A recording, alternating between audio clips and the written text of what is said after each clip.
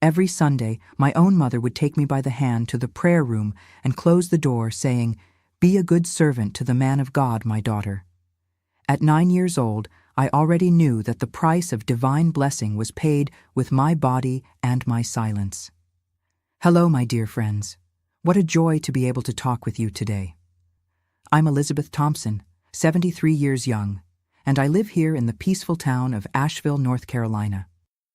I was born in Pine Creek, a tiny place in rural Kentucky, but life brought me to North Carolina many years ago, and here I made my peaceful corner of the world. Today, my days are filled with the greatest blessing God could give me, my grandchildren. I have 4 wonderful grandkids, Laura, who's 8, Peter, who's 6, Claire, who's 4, and little Gabriel, who's just 2 years old. They are the light of my life, the reason for my smile every morning. My daughter Mary lives nearby, just 2 streets away, and every day she drops the children off with me while she goes to work at the hospital where she's a nurse. Early in the morning, the doorbell rings and those smiling little faces invade my house, bringing joy. I prepare breakfast for them, oatmeal with cinnamon for Laura, who's just like her grandma in her preferences, toast with butter and hot chocolate for Peter, and fruit puree for the little ones. Then it's time for stories, games, and lots of affection. With the children, I've rediscovered the world. Through their little eyes, I see magic in the simplest things. An ant carrying a leaf, a butterfly landing on a flower in the garden, a bird building a nest. I taught Laura to make rag dolls, just as my grandmother taught me. Peter loves when I tell stories about my childhood in Kentucky, minus the sad parts, of course. And the little ones just want to be held and sung lullabies, which I sing with all the love in the world. Taking care of them has healed many old wounds. Each tight hug, each "Grandma, I love you," said with that sincerity that only children have, is medicine for the soul. Seeing how they grow up loved, protected, respected in their innocence, this gives me a peace that I can't explain in words. It's as if, through them, I could relive my own childhood, but this time, the right way, the way it should have been. Oh, and if you're watching me now, would you please do me a favor? Click on the like button and subscribe to the channel. This helps this grandma here to reach more people with her stories. And tell me in the comments, what town are you watching from? And what time of day did you find this video? Early morning with coffee, after lunch, or late at night? I always read all the comments, and I'm so happy to know where you're from and when you take time out of your day to listen to this grandma's stories. Tell me, okay? Let's create a chain of affection. You know, my dears, today I want to share with you a story that I kept silent for many years. A story about how true faith can be confused with blindness, and how the people who should protect us are sometimes the ones who hurt us the most. It's difficult to talk about this, even after so much time, but I feel I need to tell it so that other children can be protected, and so that other women find the courage to break the silence. When I was a child, back in Pine Creek, the church was the center of our lives. My mother said that God had special plans for each of us, but I couldn't imagine what kind of plan was reserved for me. I still remember the smell of the candle wax and the fear I felt every Sunday when the bell rang, calling us to worship. It was a time of much confusion and pain, but it was also where I learned that true light sometimes comes from the most unexpected places. I was born in 1952 in a simple house on the outskirts of Pine Creek. Our house was a little away from the center, with a small yard where my mother, Sarah Thompson, planted a bit of everything to help feed the family. My father, John Thompson, worked as a carpenter, making furniture and repairing whatever needed fixing in the houses around the area. He was a quiet man, a man of few words, who left very early and returned when the sun had already set. We had a simple life, but we never lacked for food. We were 4 siblings. I, the youngest of the family, had August, who was the oldest, 8 years older than me. Then came Eliza, who was 6 years older, and Thomas, who was 3 years ahead of me. As the youngest, I was always doted on by my siblings, who called me Little Beth and carried me up and down in their games. Our house was simple, but well kept. It had 2 bedrooms, one where my parents slept and another where the 4 of us siblings squeezed into 2 beds.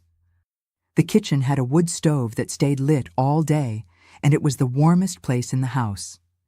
The living room was small, with a straw sofa that my father had made himself and a small table where a family portrait and a large, black-covered Bible sat, which my mother read every day. What I remember most from that time was the smell of wet earth after the rain, when we would go out to play barefoot in the mud. We played hide-and-seek, ring around the rosy, jump rope, and house under the tamarind tree in the backyard. My best friend was Zelda, daughter of Mrs. Gertrude, our neighbor. We spent hours making rag dolls and inventing stories for them. My mother, oh, my mother. Sarah was her name, but I never knew a woman who placed so much value on joy, at least in front of others. At home, she was strict and demanding, especially with matters of faith. She was the first to arrive at church and the last to leave. She knew the Bible by heart and believed that every word in it was to be followed to the letter. From a very young age, I was taught that the church was our second home, and that respect for men of God came right after respect for parents. Our congregation was the Church of Divine Promise, a small white church with a wooden cross at the very top, which gathered about 30 families from the area. Services were held 3 times a week, but Sunday was the most important day, when everyone dressed in their best clothes and spent the entire day there. In Pine Creek, in those days, religion shaped everything. The year's festivities revolved around the religious calendar. We had the May Festival, when houses were decorated with colorful banners and there were processions through the streets. In the summer, it was time for the county fair, with bonfires, square dances, and lots of country music, which was the only music my mother allowed, and even that reluctantly. We ate roasted corn, baked apples, cornbread, and drank homemade cider, which the adults prepared weeks in advance. At school, I was a quiet girl who didn't cause trouble. I liked to study and had a way with words. Teacher Leonora always said I had a future ahead of me, that I could even be a teacher one day. I dreamed of that, imagined myself teaching other children, far from there, perhaps in Louisville, which to me seemed like a magical and distant place. It was around the age of 7 that I began to notice there was something different about me. My mother began to separate me from my siblings on certain occasions. While they could go play after Sunday service, I had to stay for special doctrine lessons. She would comb my hair carefully, put on a white dress that was saved just for these occasions, and tell me, "You are special, Elizabeth. God has chosen you for a mission." I remember once, I must have been about 8 years old, when I asked my mother why only I had to stay for these lessons. She squeezed my arm tightly, her eyes flashing in a way that frightened me, and said, "Never question the Lord's designs. It is an honor to be chosen. You have to be on your knees thanking God for the blessing you received." And that's how I grew up, between playing in the yard with my siblings and Zelda, classes at the local school, and the long Sundays at church, which began with joy and ended with a knot in my stomach that I couldn't explain. My father hardly interfered in my upbringing. When he was at home, he would stay on the porch making small wood carvings or reading the newspaper that came once a week from the capital. The issues of education and religion were my mother's territory, and not even he dared to question. And so it was, until I was 12, when everything began to change. Our little church received a new spiritual guide, coming from a larger city. The old one, Mr. Anthony, was already quite elderly, and could no longer conduct the services with the vigor the congregation expected. The new leader arrived on a Sunday morning, dressed in white, with a smile that showed all his teeth and a voice that sounded like thunder. The entire church fell silent when he began to preach, and I saw my mother cry with emotion for the first time. "He is a messenger of God," she whispered, squeezing my hand, "a true prophet among us." It was on my 13th birthday, in May of 1965, that everything began to change in a way that would mark my life forever. I remember it as if it were yesterday. Mom had made a coconut cake, my favorite, and invited some people from the church for a simple celebration after Sunday service. I was wearing a new dress, light blue, that my sister Eliza had sewn especially for the occasion. After the birthday wishes and the small celebration, when we were already preparing to return home, my mother approached with a different smile on her face. "Our guide wants to speak with you, Elizabeth. It's a special honor on your birthday." I felt a chill run down my spine. The special lessons with the old Mr. Anthony were just conversations about the Bible, where he, already elderly and with poor eyesight, would ask me to read passages aloud and then explain the meanings. But the new guide was different. Since his arrival the year before, he had transformed our small congregation. The services now lasted for hours, with people crying, shouting, and even fainting when he laid hands on them. My mother venerated him in a way I had never seen before. "He has the gift of prophecy," she would say. "He can see the future and the past of people. He can heal diseases and cast out demons." That Sunday in May, I was led by the hand to the back room of the church. It was a small room that served as an office and library for the spiritual guide. It had a dark wooden desk, some chairs, and shelves full of religious books. A large crucifix hung on the wall, and there was a strong smell of incense in the air. "Leave us alone," he said to my mother, with that voice that seemed to come from the depths of the earth.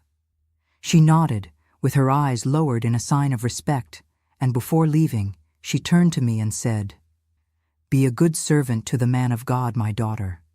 Remember that you were chosen." When the door closed, I stood there, standing, not knowing what to do or say. He sat in the chair behind the desk and watched me for what seemed like an eternity. "Do you know why you're here, Elizabeth?" he finally asked. To learn more about the Bible, sir," I replied hesitantly. He let out a short laugh. "Not just that.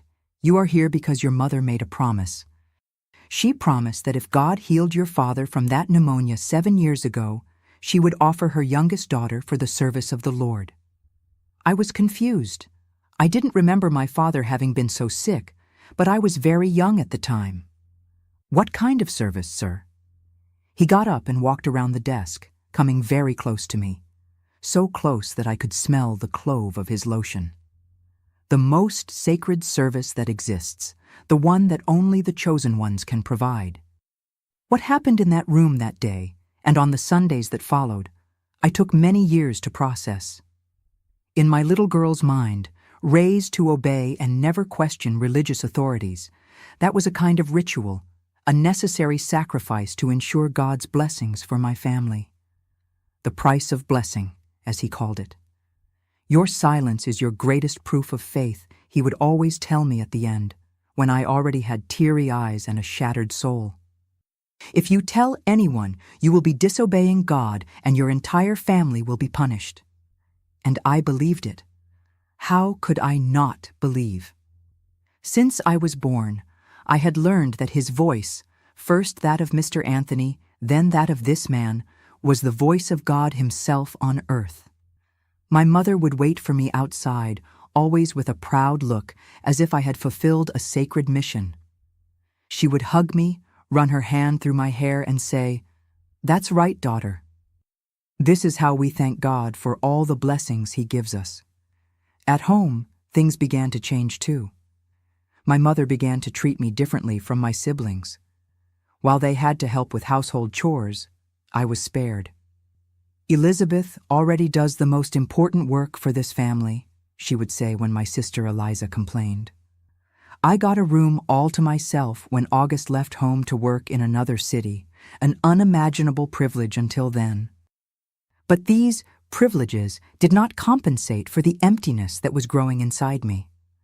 I began to withdraw from other children my age. I no longer played with Zelda, who didn't understand why I had changed so much. At school, teacher Leonora noticed that I was quieter, less interested in studies. "What's happening, Elizabeth?" she asked me one day after class. You were such a dedicated student, and now it seems like your mind is always elsewhere." I almost told her.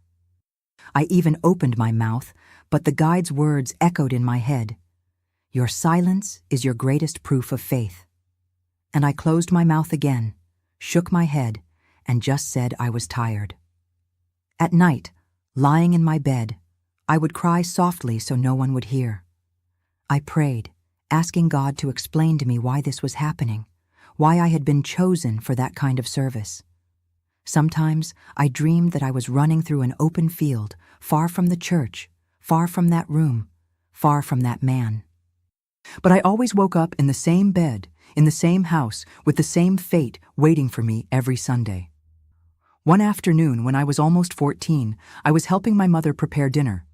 Gathering my courage, I asked her, "Mom, why do only I have to stay after the service? Why did Eliza never have to go to the special lessons?" She put down the knife she was using to cut the vegetables and looked at me with that stern look I feared so much. "Because you are special, Elizabeth. You were chosen. It's an honor that not everyone deserves. But I don't want to be special, Mom.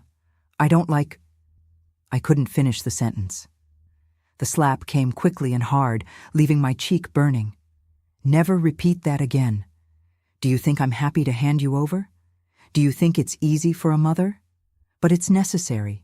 It's the price we pay for the blessings we receive. Your father would be dead if it weren't for this sacrifice. Your siblings would have nothing to eat. Our house would have been taken by the flood last year. Do you want to carry the guilt for all these misfortunes?" I lowered my head, tears silently streaming down. "No, Mom."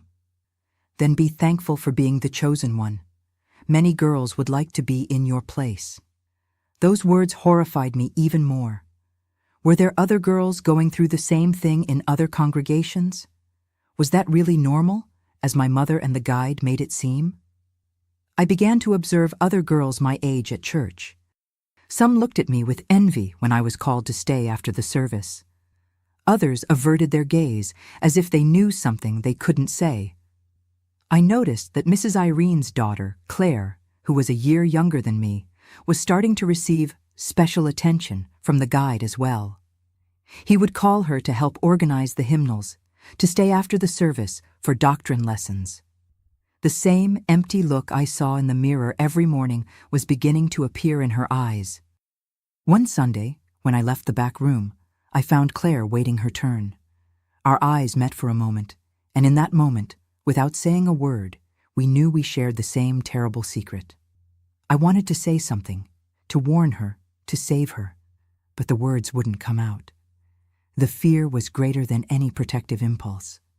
It was on that same day that something changed inside me.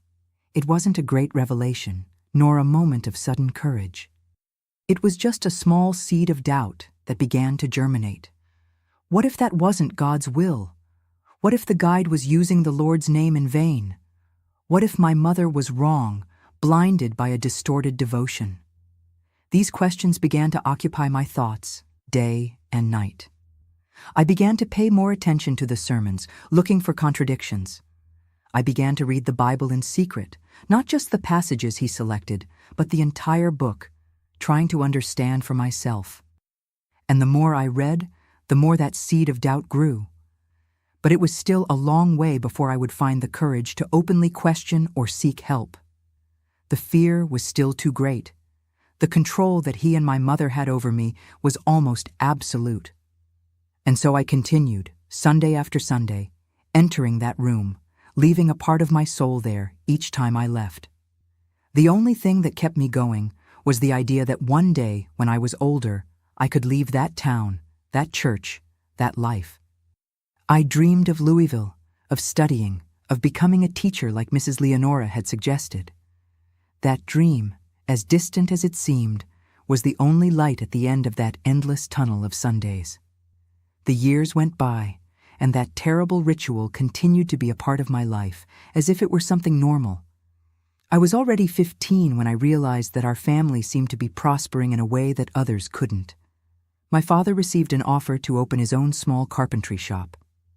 My brother August returned from his time away with enough money to buy a piece of land.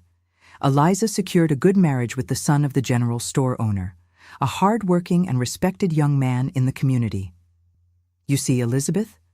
These are the blessings that your sacrifice brings to us, my mother would say, as if that should console me. And in a way, it worked. If at least my suffering brought some good to the people I loved, perhaps it was worth it. That's how I tried to convince myself, to bear the burden.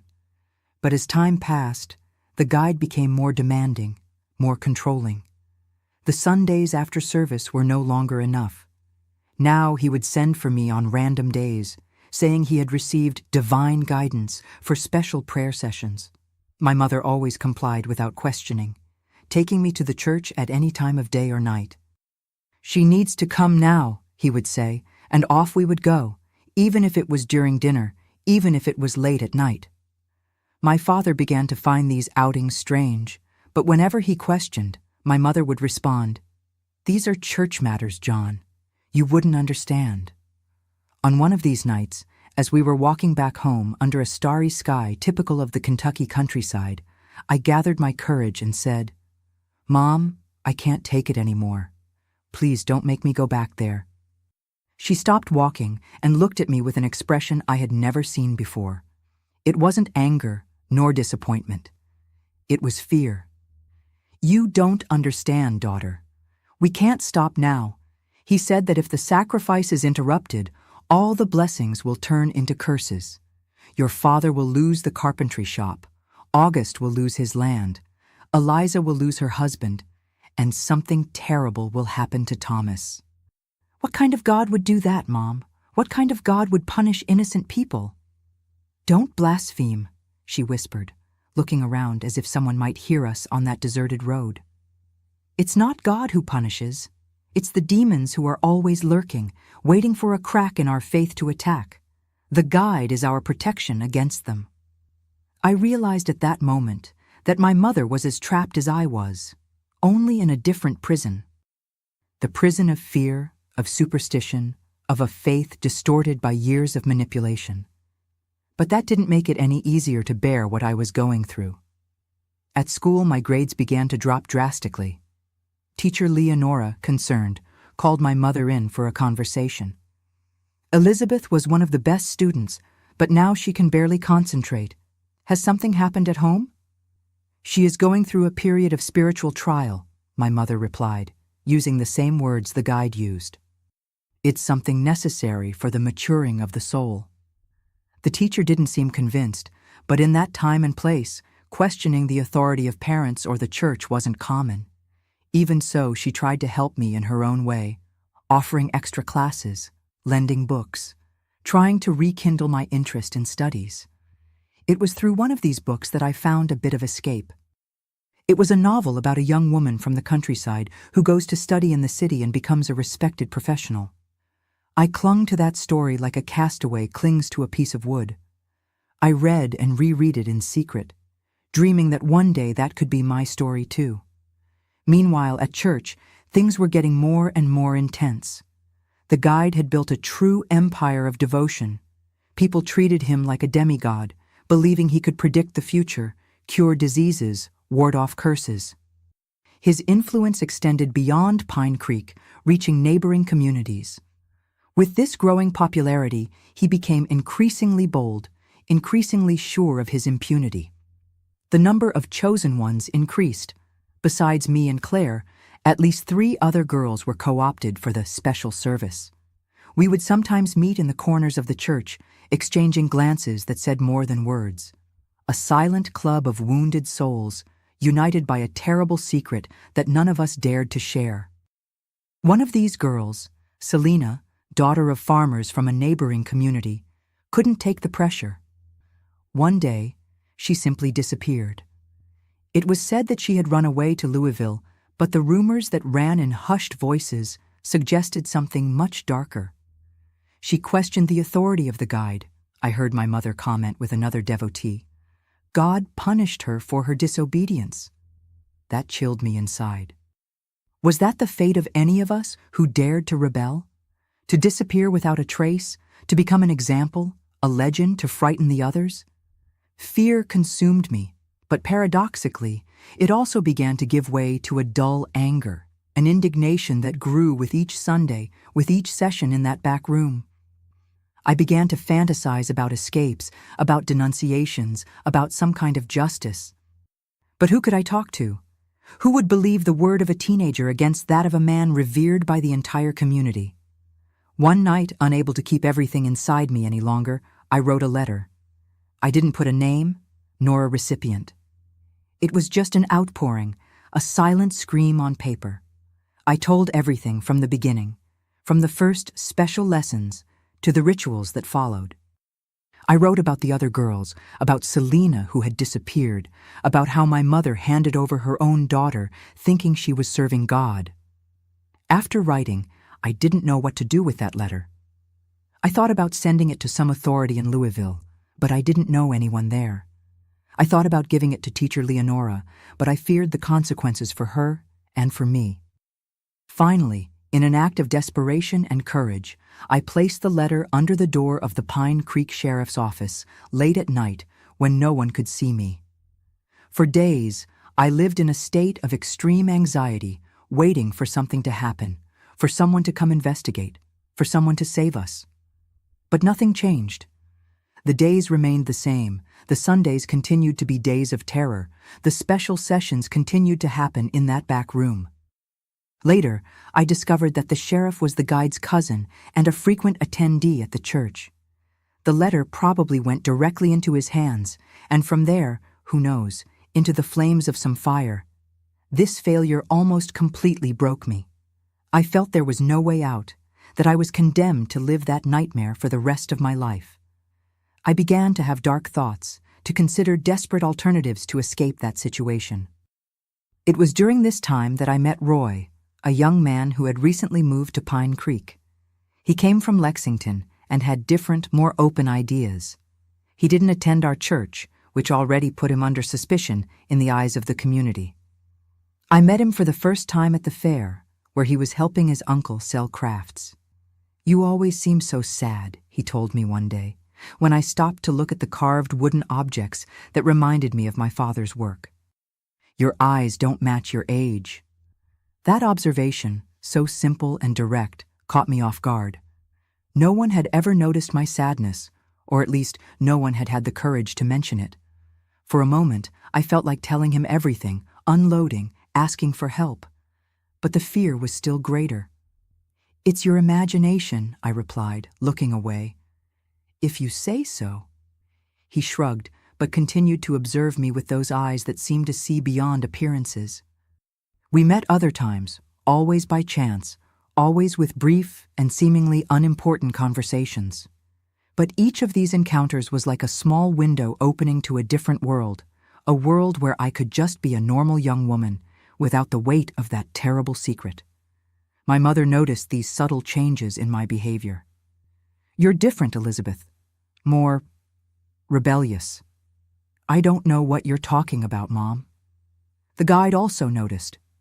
He said, "You're not receiving the blessings with the same spirit of humility anymore. This is dangerous, daughter. Very dangerous." The mention of the guide having noticed some change in me filled me with dread. It meant he was watching, analyzing, perhaps preparing for some kind of punishment.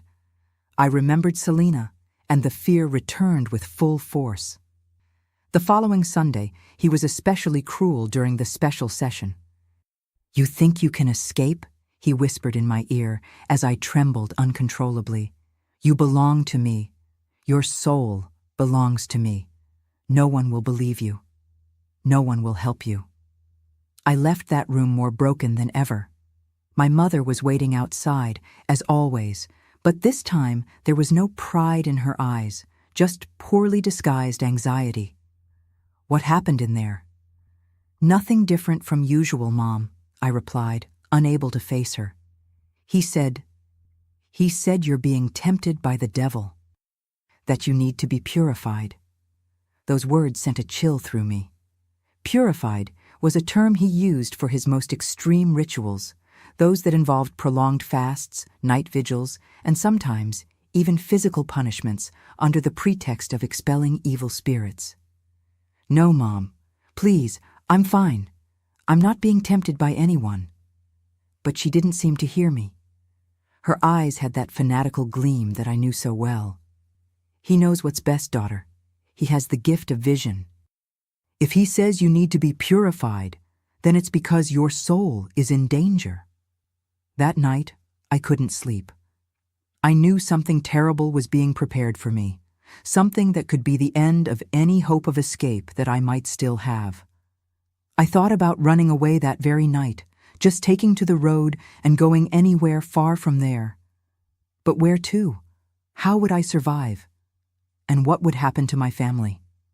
The answer came the next day, when I returned from school. My mother was waiting with a solemn expression. The guide received a revelation. You will participate in a special purification ritual next Sunday.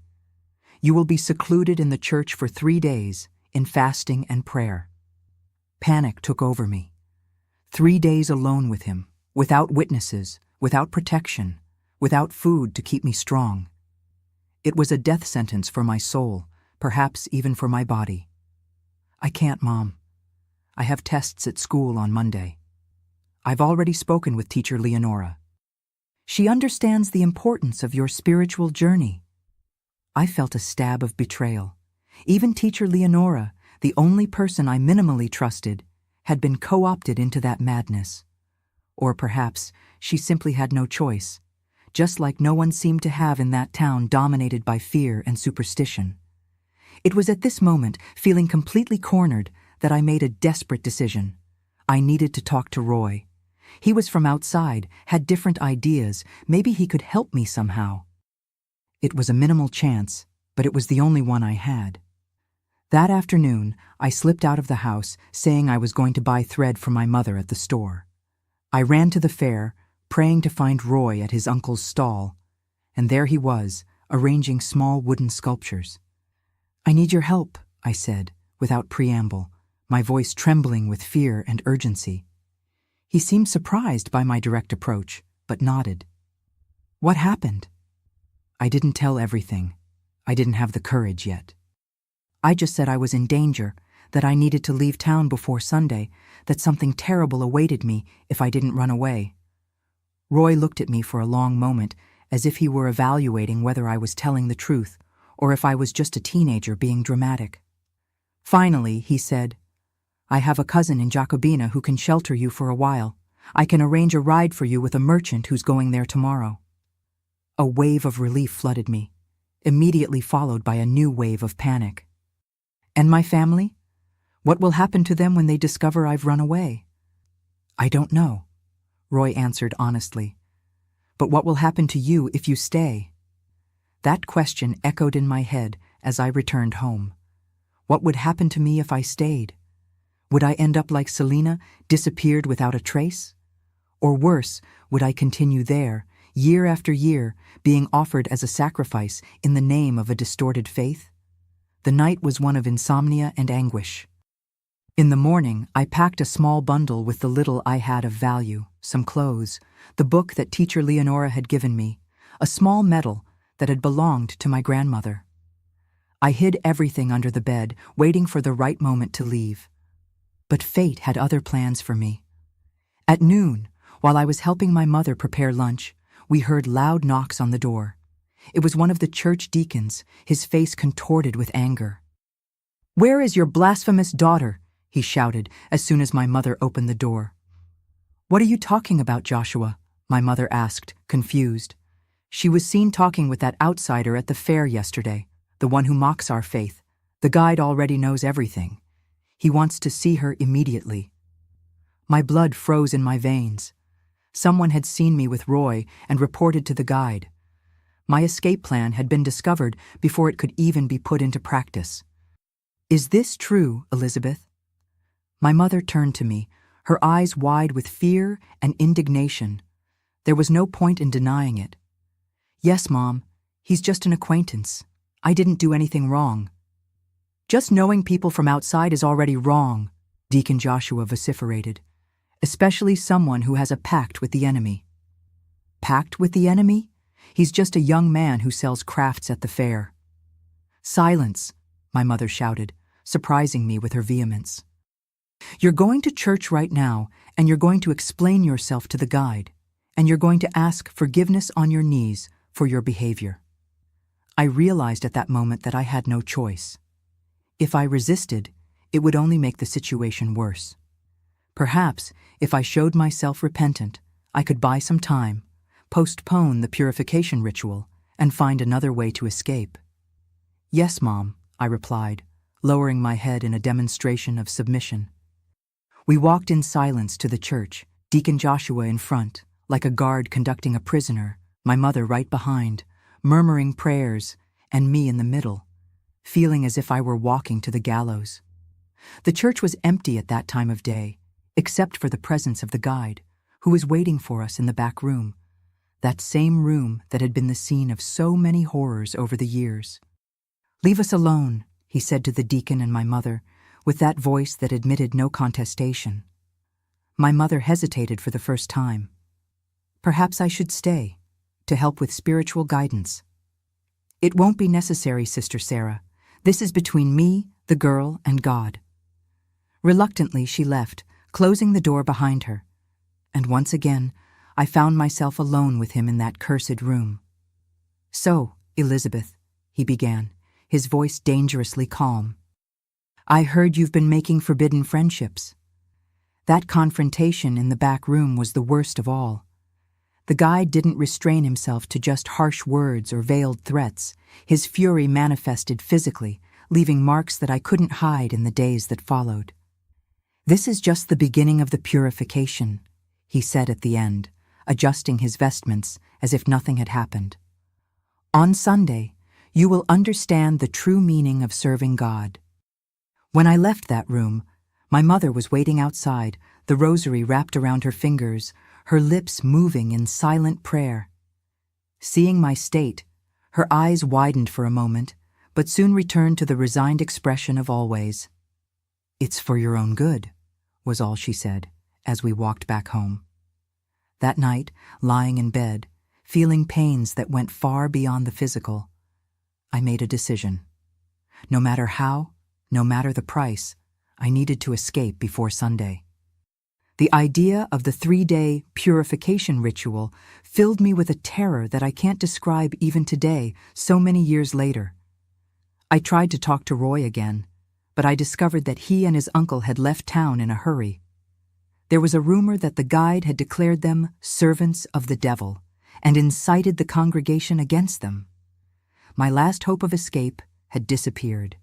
The days that followed were a blur of fear and despair.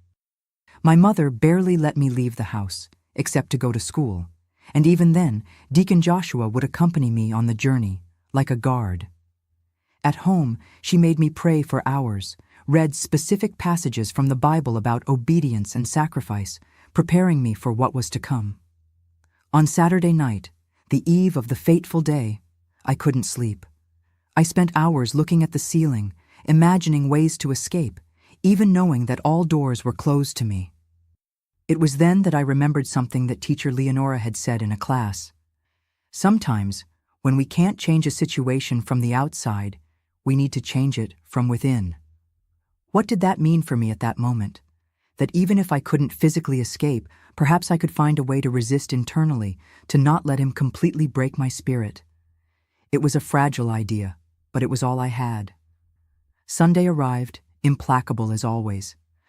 It was Easter Sunday, a special date in the religious calendar, which meant that the church would be packed, including visitors from neighboring congregations. My mother dressed me in a white dress, a symbol of purity, a cruel irony, considering what awaited me. "Today is a special day," she said as she arranged my hair. "The guide will publicly announce that you have been chosen for a 3-day spiritual retreat. It's an honor, Elizabeth. Many girls would like to be in your place." I looked at her through the mirror, trying to understand how a mother could hand over her own daughter like that. Did she really believe that was a divine calling? Or was she so trapped in her own web of fear and blind devotion that she could no longer distinguish right from wrong? The church was really full that morning. I recognized faces from other communities, entire families who had come to honor the special Easter service.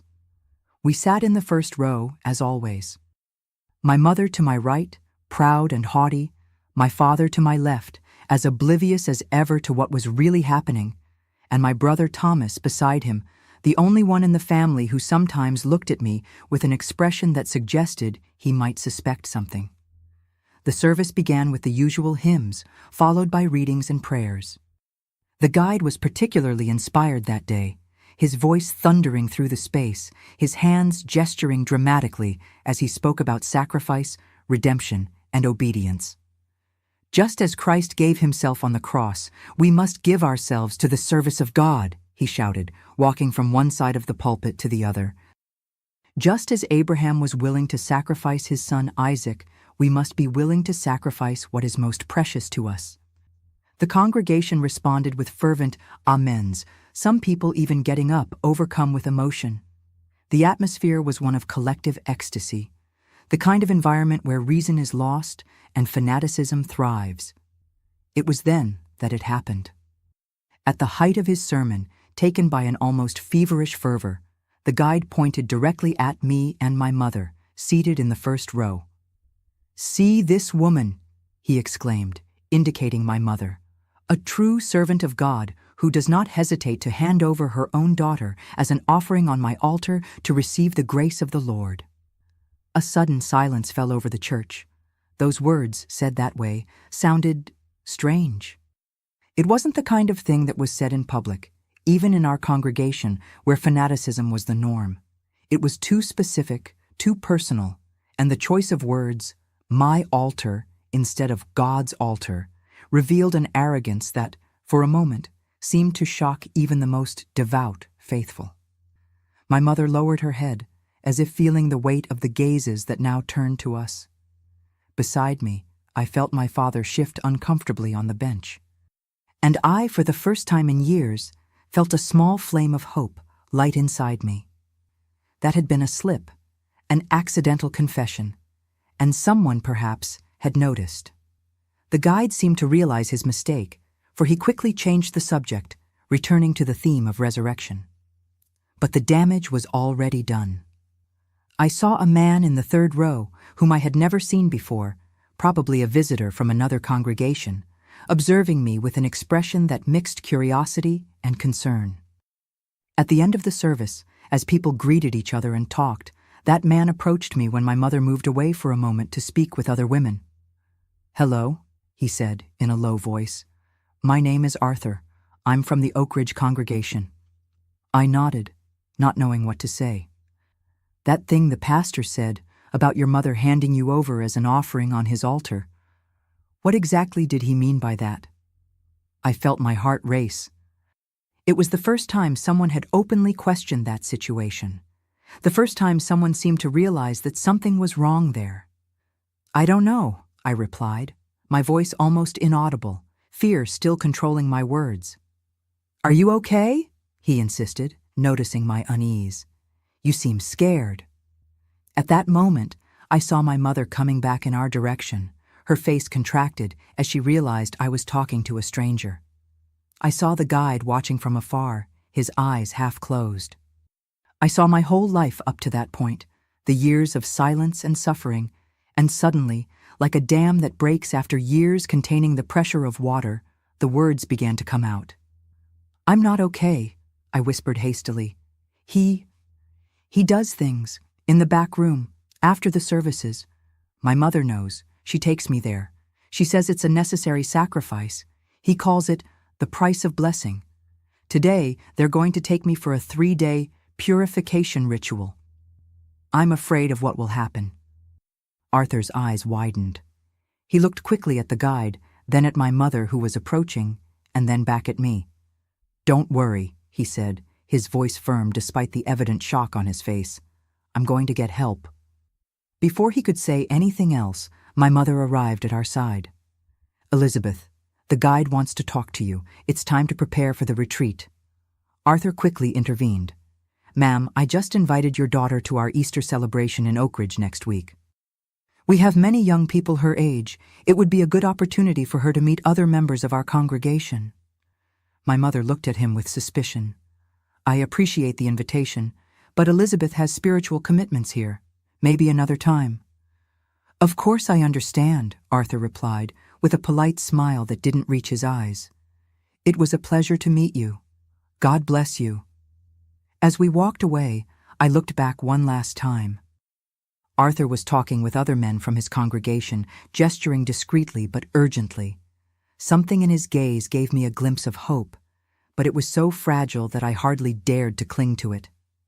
My mother took me to the sacristy, where the guide was already preparing the elements for the ritual. "Leave us alone for a moment, Sister Sarah," he said. "I need to explain to Elizabeth what will happen in the next 3 days."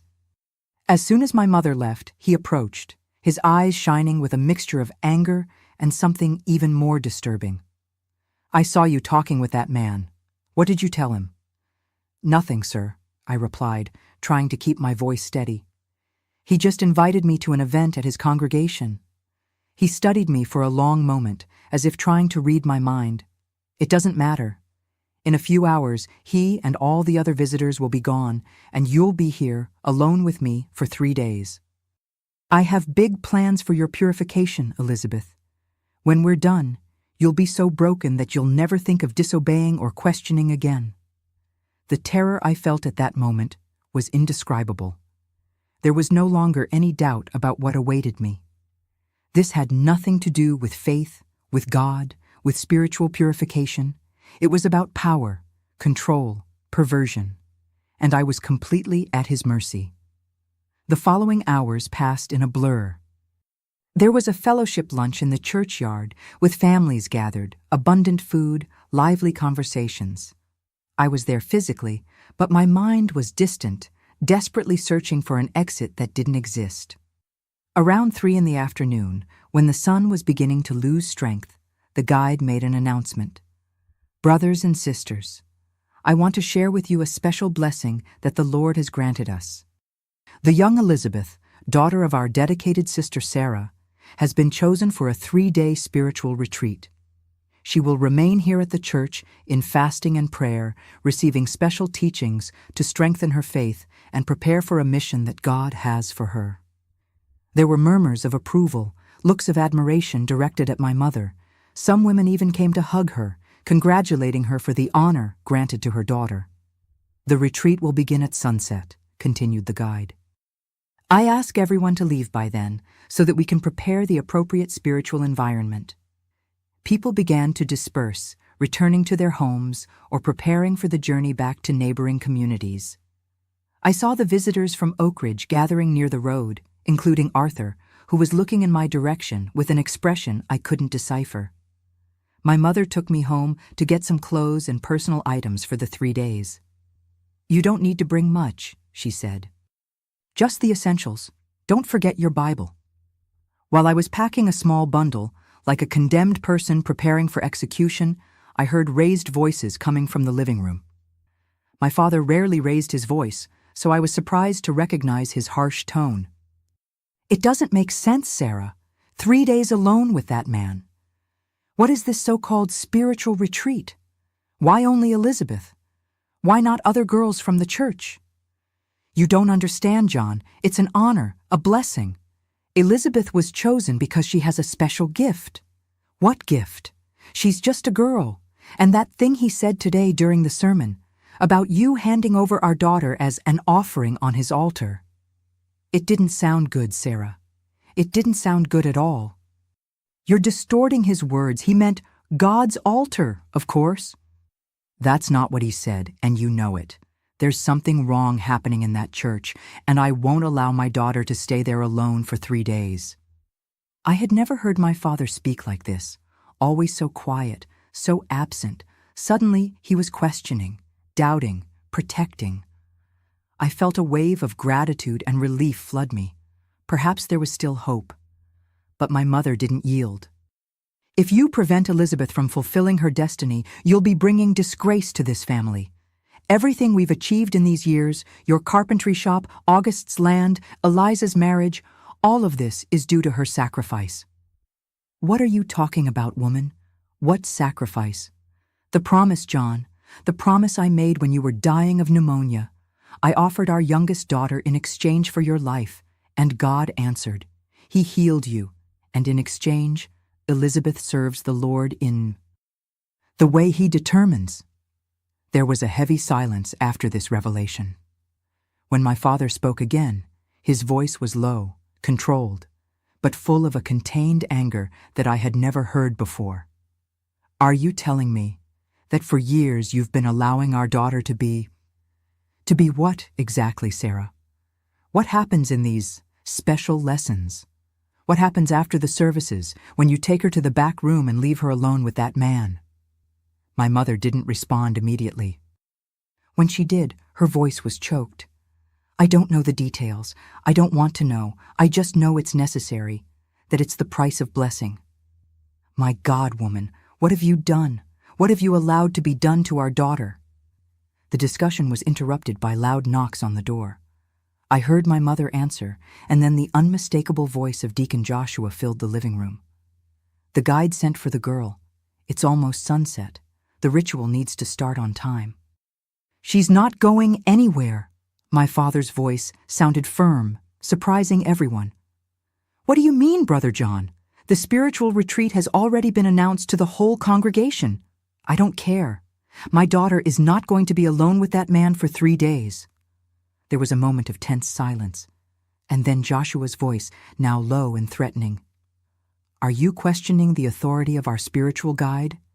This is a rebellion against God. I'm not questioning God. I'm questioning a man who uses God's name for his own purposes. I heard heavy footsteps, and then my father appeared at the bedroom door. His face was pale but determined. Elizabeth, take only the essentials. We're leaving here now. Where to? I asked, hardly believing what was happening. Far away, to my brother's house in Oak Ridge. He's always offered work in his carpentry shop. I should have accepted a long time ago. My mother appeared behind him, her face contorted between fear and anger. You can't do this, John. You'll condemn our entire family. The only condemnation would be to continue allowing what's happening, he replied, without looking at her. Let's go, Elizabeth. Quick. As I gathered my few things, I heard Deacon Joshua leave hastily, probably to warn the guide of what was happening. I knew we didn't have much time. My father tried to convince Thomas to come with us, but my brother, confused by everything that was happening, looked from my father to my mother without knowing what to do. I'll stay with Mom, he said finally. Someone needs to take care of her. There was no time for prolonged goodbyes. My father picked up a small bag with his carpentry tools and some belongings, and we left through the back of the house, avoiding the main street where we could be seen. We walked quickly toward the road that led out of town. The sun was setting, painting the sky orange and purple, when we heard voices and footsteps approaching. My father pulled me behind a bush, and we stayed there, crouched, barely breathing, while a group of men from the church passed by, led by Deacon Joshua. They must be heading for the main road, one of them was saying. We need to intercept them before they leave town. When the voices moved away, my father whispered, We're going to have to cut through the woods, follow the creek to the fork. It will take longer, but it's safer. We began to walk over the rough terrain, moving further and further away from the town. Night fell completely, and we only had the weak light of the moon to guide us. My feet hurt, my heart beat erratically, but each step took me farther from that back room, from that life of fear and submission. After walking for what seemed like hours, we reached a small clearing where my father suggested we rest a bit. I think we've lost them, he said, although his voice didn't sound very confident. It was then that we heard the sound of engines approaching. Lights cut through the darkness, and male voices began to call out, John, Elizabeth, we know you're there. Come back to town now, and the guide will be merciful. My father squeezed my hand. Don't move. Don't make any sound. We stayed there, motionless, while the lights of the lantern swept the vegetation around us. It was so dark that we couldn't see the faces of the men, only silhouettes moving among the trees, a few meters away. They must have headed to Oak Ridge by the main road, someone said. Let's split up, half follow the road, half continue the search here. We heard the sound of some vehicles moving away, but several lanterns continued to scan the area. They were getting closer and closer to our hiding place. It was at this moment that we heard another engine sound, different from the previous ones, and stronger lights illuminated the nearby road. New voices, unknown, sounded in the night. "Oak Ridge Sheriff's Department. Who's there?" A murmur of confusion spread among the men from the church. "Sheriff, what are they doing here?" We received a serious complaint about what's happening at the Church of Divine Promise. "We're looking for the leader and some witnesses." I recognized Arthur's voice, the man who had spoken to me after the service. "It's them, Sheriff, the men from the church. They must be looking for the girl and her father." There was a moment of confusion, with shouts and orders being given. The lanterns began to move erratically, some moving away rapidly, others approaching the road. My father pulled me by the hand. "It's our chance. Let's go." We ran toward the lights of the police cars. When they saw us emerge from the vegetation, some officers pointed their weapons, but Arthur quickly shouted, "It's them, the girl and her father, the ones we're trying to help." A tall man, wearing an official uniform, approached us. "I'm Sheriff Gervais from Oak Ridge. You're safe now." It was only then, hearing those words, that I realized the nightmare had really ended. My legs weakened, and I would have fallen if my father hadn't held me firmly. "What happens now?" my father asked, his voice trembling with fatigue and relief. "Now," said the sheriff, "we're going back to Pine Creek and arresting a false prophet." The return to Pine Creek was very different from our desperate flight.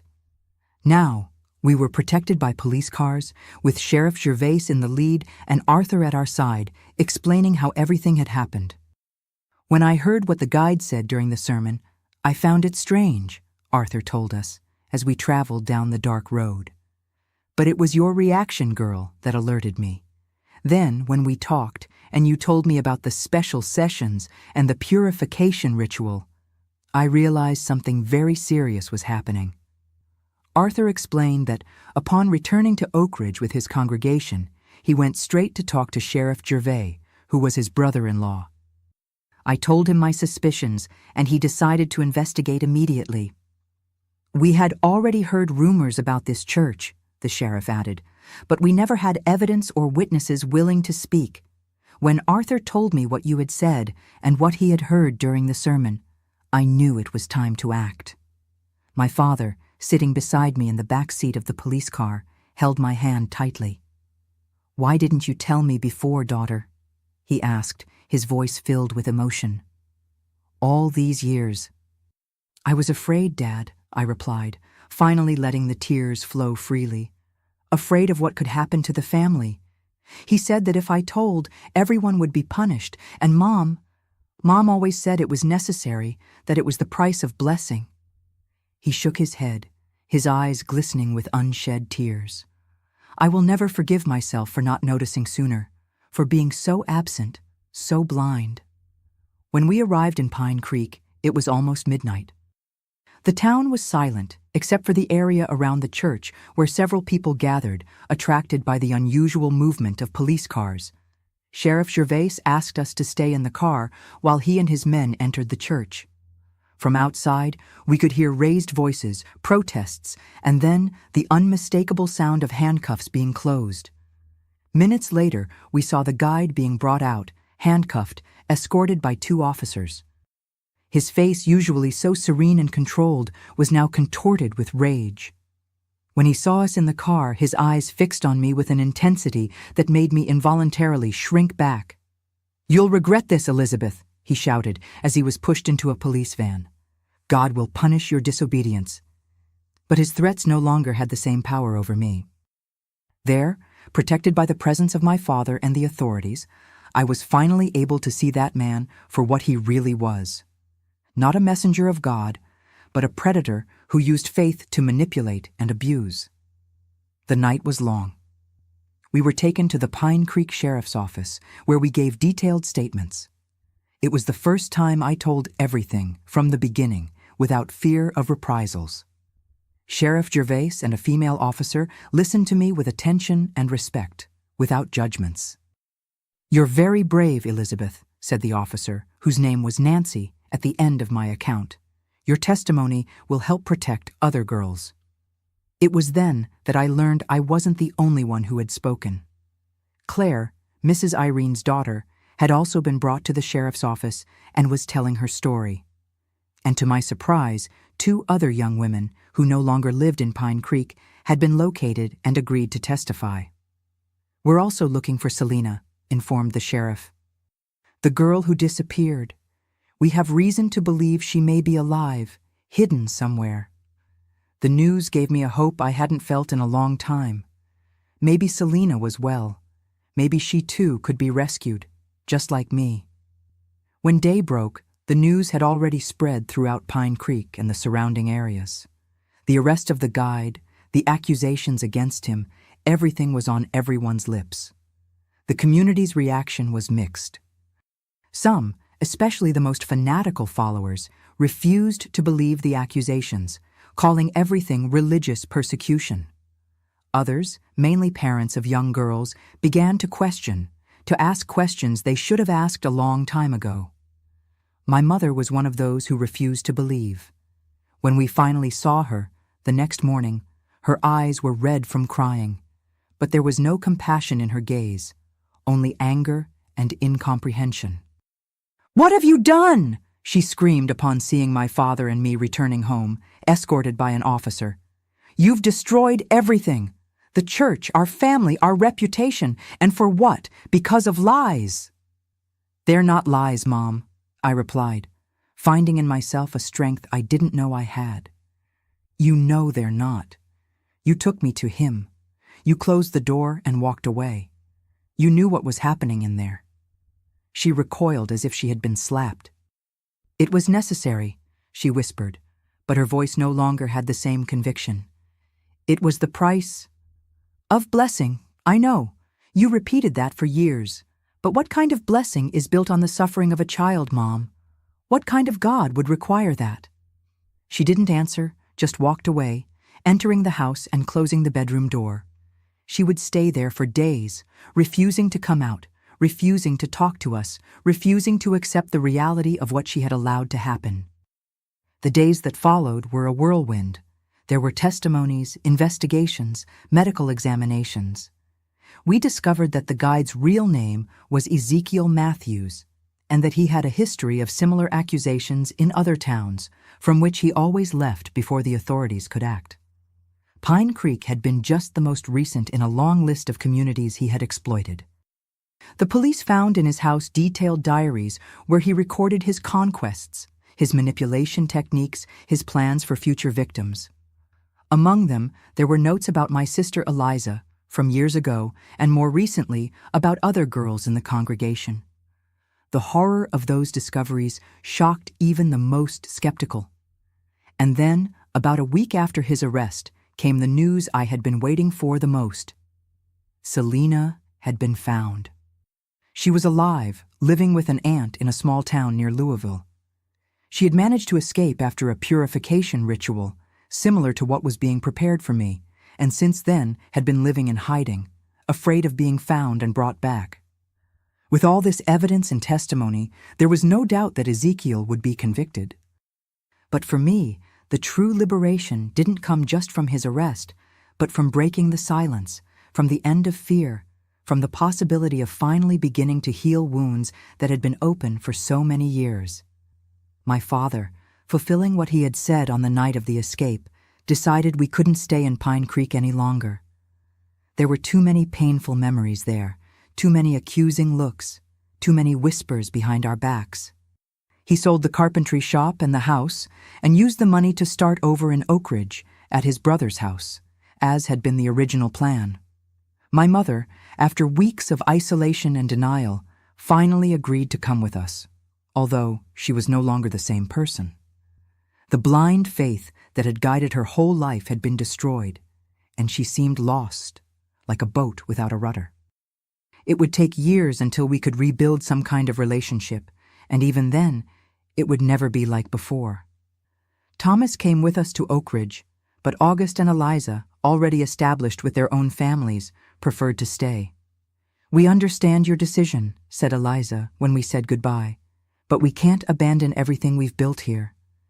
She hugged me for a long time, whispering in my ear, "Forgive me for not noticing, for not protecting you as an older sister." "There was no way for you to know," I replied, returning the hug. "He deceived everyone." In Oak Ridge, I began a new life. My Uncle Ernest, my father's brother, was a kind and understanding man who welcomed us with open arms into his home. He had a daughter, my cousin Ivy, who was about my age, and we quickly became friends. The most important thing, however, was that I was able to resume my studies. The school in Oak Ridge was larger and better structured than the one in Pine Creek, and the teachers encouraged me to make up for lost time. I studied hard, determined to transform my dream of being a teacher into reality. And so, little by little, day by day, I began to rebuild my life from the rubble. It wasn't easy. There were nightmares. There were days when the weight of memories seemed unbearable. But there were also moments of joy, of discovery, of hope. One of the most important things in this healing process was the help of Dr. Helen, a psychologist from Louisville who came to Oak Ridge once a week. It was through conversations with her that I began to understand that what had happened to me wasn't my fault, that I hadn't allowed the abuse, that I had been a victim of a perverse system of manipulation and control. "You survived, Elizabeth," she told me in one of our sessions. And not only survived, but had the courage to speak, to denounce, to break the cycle. Do you know how many lives you saved by doing that? I hadn't thought of it that way, but it was true. After Ezekiel's arrest, other victims in other towns began to speak. A true scheme of institutionalized abuse came to light, involving not only him, but other religious leaders who used the same tactic. It was as if a dam had broken, and all those stories that had been silenced for years could finally be heard. When I turned 18 in 1970, I received a letter from Arthur, the man who had been instrumental in my rescue. He told me that Ezekiel had been sentenced to many years in prison, and that the Church of Divine Promise had been closed. In its place, a new congregation had emerged, led by people committed to a genuine faith based on love and respect, not on fear and manipulation. "Your testimony changed many lives, Elizabeth," he wrote, including mine. After everything that happened, I decided to study theology, to better understand how religion can be used for both good and evil. Today, I am a pastor of a small church in Oak Ridge, where we try to practice a faith that liberates, not imprisons. The letter moved me deeply. It was a reminder that, even from the most painful experiences, positive transformations can emerge. And it was this thought that guided me in the years that followed, as I continued my journey of healing and discovery. Today, at 73, I look back and see that life has given me much more than I could ever have expected in those dark days in Pine Creek. The path wasn't easy. It had many curves and obstacles, but each step brought me here, to this cozy house in Asheville, where I live surrounded by the love of my family and, especially, my grandchildren. After finishing my studies in Oak Ridge, I was able to realize my dream of becoming a teacher. I did the normal course in Louisville, traveling every day in an old bus that bumped along dirt roads. It was a period of much effort, but also of much satisfaction. Each book I read, each knowledge I acquired, was like a brick in the construction of my new life. In 1974, with my diploma in hand, I began teaching at the municipal school in Oak Ridge. It was a simple little school, with small rooms and few resources, but to me, it was a palace. Each child who entered my classroom was an opportunity to make a difference, to protect, to teach not just letters and numbers, but values of respect and dignity. It was at school that I met Anthony, who worked as a secretary for the Regional Board of Education. He would come from time to do inspections and always stop to talk with me about teaching methods, about books, about the future of education. He was a gentle, respectful man who listened to me with genuine interest, something rare for the time. Our courtship was slow, cautious, especially on my part. The wounds of the past were still open, and the idea of trusting a man again was frightening. But Anthony was patient. He never pressured me, never demanded more than I was ready to give. He was just there, constant, reliable, showing with actions, not just words, that it was possible for another kind of man to exist in the world. We married in 1976 in a simple ceremony, just with family and close friends. My father, who had regained my trust with his sincere repentance and his effort to protect me, walked me down the aisle. My mother was also there, although she was still a shadow of the woman she had been. After the scandal at the church, she never attended any congregation again, but gradually found a more personal and healthy way to connect with her spirituality. Anthony received an offer to work in the education department of Asheville, North Carolina, shortly after our wedding. It was a difficult decision, leaving family, the comfort of the known, to start over in such a distant place. But perhaps it was exactly what we needed, a new place, without painful memories, without looks that knew our history. And so, in 1977, we moved to Asheville. The city, with its stone streets, its colonial houses, its rich history, enchanted me immediately. There was a serene beauty there, a rhythm of life different from what I knew in rural Kentucky. And there were opportunities. For Anthony in the education department, for me as a teacher in one of the local schools. Our daughter Mary was born in 1979, filling our house with joy and our hearts with a love I didn't know was possible. I held that little baby in my arms for the first time and silently promised that she would never know the kind of pain I had known, that she would be protected, loved, respected in her integrity. And so it was. We raised Mary with much love, with open dialogue, with respect for her opinions and choices. She grew up a strong, determined girl, curious about the world. From an early age, she showed interest in the health area, always asking how things worked, always wanting to help those who were suffering. It was no surprise when she decided to study nursing. She graduated with honors from the university in Charlotte, and soon after got a position at the Asheville Hospital. It was there that she met Edward, a young doctor who had just arrived in the city for his first job after residency. Their wedding, in 2003, was one of the happiest days of my life.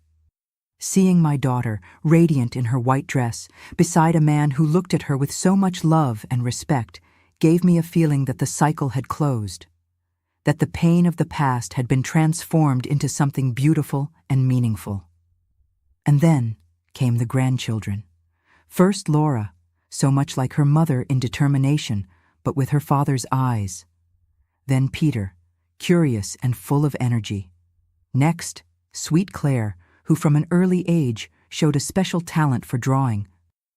And finally, little Gabriel, with his golden curls and his smile that lights up any environment. Anthony retired a few years ago, and so did I, after more than 3 decades of teaching. But retirement brought a new purpose, taking care of the grandchildren while Mary and Edward work. Every day, I receive those children in my house and feel that I am doing the most important thing in the world. With them, I relive the childhood that was stolen from me.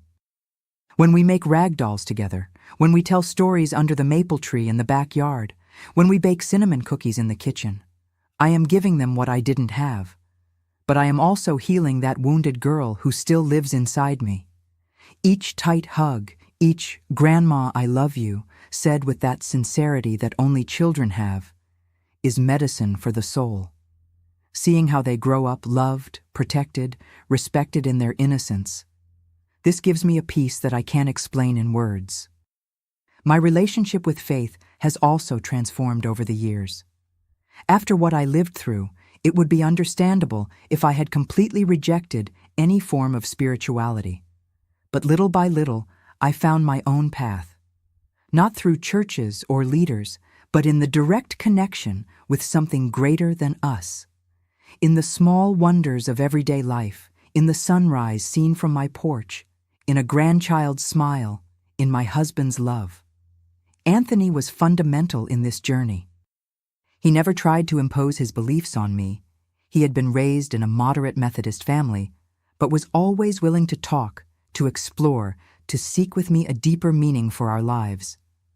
Together, we built a spirituality based on love, respect, gratitude, not on fear or blind submission.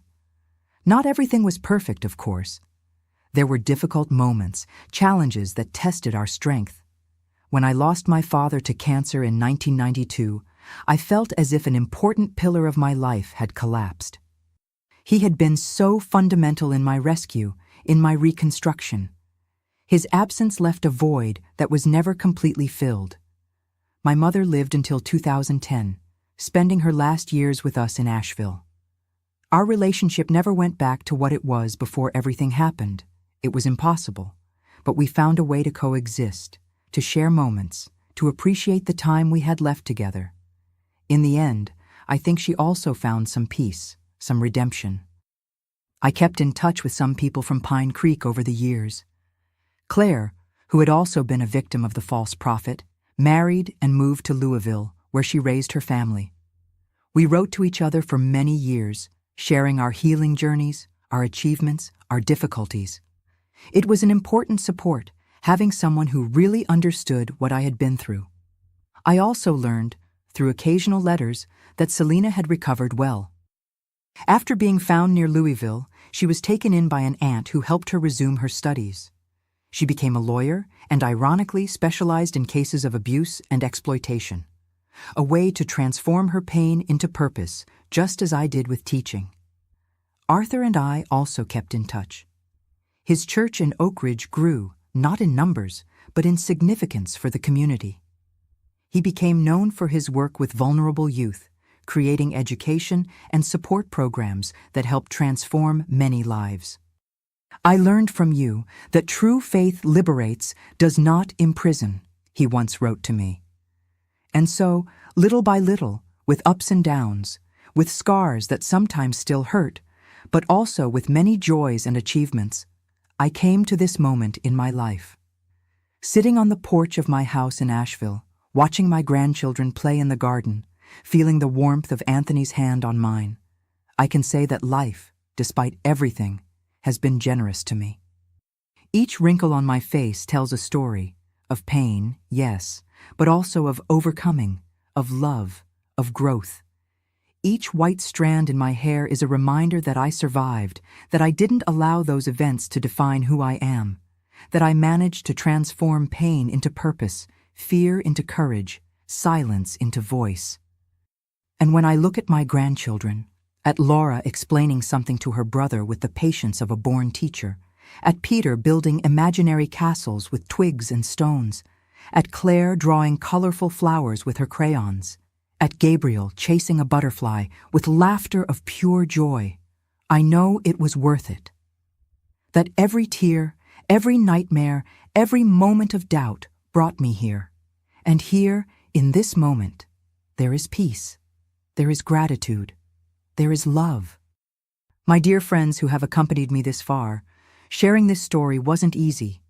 Even today, after so many years, some memories bring pain. But I've learned that sometimes we need to revisit the past, not to remain trapped in it, but to understand how we arrived where we are, to recognize our own strength, to give meaning to our journey. If you're going through any situation of abuse, whether physical, emotional, or spiritual, I want you to know, you are not alone. You don't deserve this. And most importantly, there is a way out. There is hope. There is life, a full and dignified life, after trauma. I learned that age doesn't define our strength, but rather our capacity to start anew each day. At 16, I thought my life was over, that I would never again be able to trust, to love, to feel joy. But here I am, 73 years well lived, surrounded by love, with scars, yes, but also with many victories to celebrate. My wrinkles are maps of survival. Each one tells a story of pain overcome. When I look in the mirror, I don't just see an elderly lady. I see a warrior who faced her demons and won, who transformed her pain into purpose, who found light even in the darkest moments. Life taught me that even in the deepest darkness, our inner light never goes out. In moments when I thought there was no way out, when fear and shame paralyzed me, there was always a small flame of hope that refused to die. It was this flame that sustained me, that gave me strength to take the first step toward freedom. I never allowed my dignity to be stolen, even when they tried to take everything from me. They could control my body for a time. They could manipulate my mind. They could isolate me from others. But there was something inside me, an essence, a deep identity, that remained untouched, that resisted, that survived. I discovered we are stronger than we imagine, especially when we think we can't take it anymore. How many times did I think I wouldn't survive one more Sunday, one more special session? But I survived. And not only survived, I found strength to denounce, to start over, to build a new life. Time doesn't heal all wounds, but it teaches us to live with them and still smile. Some marks remain, in occasional nightmares, in moments of sudden insecurity, in triggers that arise when we least expect. But we learn to live with these scars, to recognize them as part of our story, not as definers of our future. My story isn't about what they did to me, but about how I chose to respond. I could have sunk into bitterness, resentment, hatred, and I would have every right to feel these emotions. They're natural, they're part of the process. But I chose not to be trapped in them. I chose to transform my pain into purpose, my experience into wisdom to help others. I learned that true strength isn't in never falling, but in rising every time. And how I fell. There were days when the weight of memories seemed impossible to carry, when questioning why me consumed my energy. But in each fall, I found strength to rise again, to take one more step, no matter how small, toward healing. Abuse leaves invisible scars, but recovery shows we can flourish even after the storm. As a teacher, I saw many children with looks similar to what I had at that age, looks that hid painful secrets. And it was for them, as much as for myself, that I decided to break the silence, to use my voice, to be the adult I needed when I was a child. If you're in a situation of abuse, I want you to know there are people willing to help. In every country, there are organizations and authorities prepared to offer support. Don't be afraid to seek help, to tell your story, to take the first step toward freedom. You deserve to be protected, to be heard, to be respected in your dignity. If you know someone who is going through this, be the Arthur of that person, the one who noticed, who asked, who cared enough to do something. Sometimes all someone needs is an extended hand, an attentive ear, someone who says, "I believe you." And if you've been through something similar and are in the process of healing, know that you're not alone on this journey. Each person has their own rhythm, their own path. Don't pressure yourself for not getting over it fast enough. Healing isn't linear. It has ups and downs, advances and retreats. Be patient and gentle with yourself. To parents and caregivers, stay alert. Observe changes in your children's behavior. Create an environment where they feel safe to speak, to express discomfort, to say no. Teach about boundaries, about respect for one's own body, about trust versus blind obedience. And above all, listen, really listen, when they try to tell you something. My dear friends, before I finish, I have a special request for you.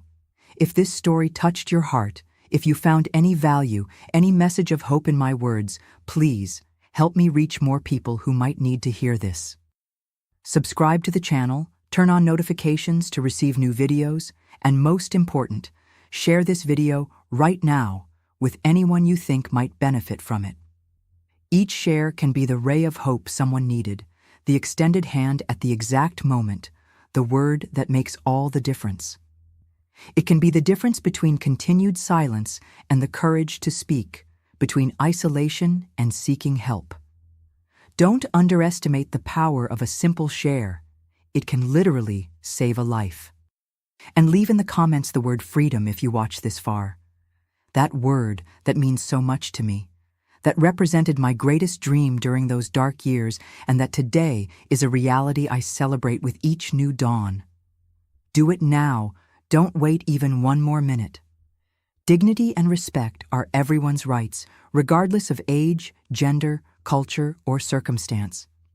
No one, absolutely no one, has the right to use religion, love, authority, or anything else as an excuse to abuse another human being. This is a universal truth that transcends borders and times. I end with a heart full of gratitude for you having listened to me, for having made space in your life for my story. May it serve not as a tale of horror, but as a testimony of hope. That it is possible to survive, that it is possible to rebuild, that it is possible to transform the worst experiences into something meaningful. As an old saying from my homeland goes, after the strongest storm, the sky is bluer. May we all find our blue sky, our peace, our freedom. Until next time, my dear friends, God bless and protect each one of you.